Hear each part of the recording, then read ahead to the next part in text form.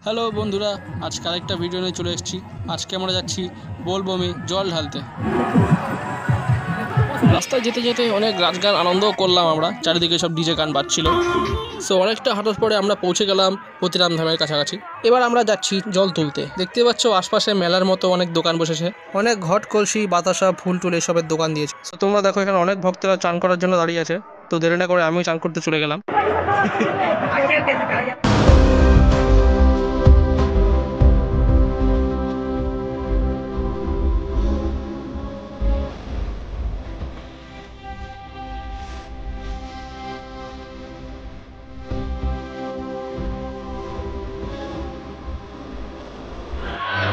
এখন অনেক ভক্তরা চানের জন্য দাঁড়িয়ে আছে। তো আমাদের চান করা হয়ে গেছে, আমরা এখন ধামে জল ঢালতে যাব।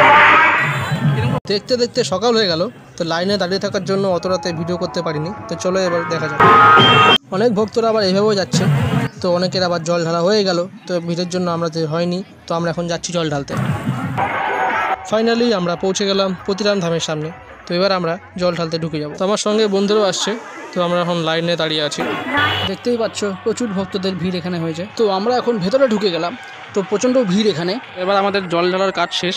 তো একজনকে আমরা পেয়ে গেছি, শুনি সে কি বলে। কেমন লাগছে এখানে এসে? আমার তো খুবই ভালো লাগছে, যেহেতু আমি এখানে প্রত্যেকবার আসি। তো এটা নিয়ে কবার আসা হলো? হয়েছে 15 বার মতো। এতটা পথ হেঁটে এসে এখানে জল ঢালতে কেমন লাগছে? এতটা হেঁটে এসে কষ্ট হয় ঠিকই, পরে জল নিয়ে লাইনও দাঁড়া থাকি, সেটাও আনন্দ হয়। সেটাই ঠিক আছে, যাও। আচ্ছা, গেলাম।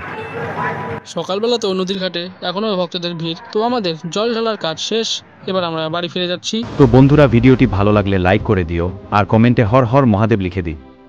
আবার দেখা হবে নতুন ভিডিওতে।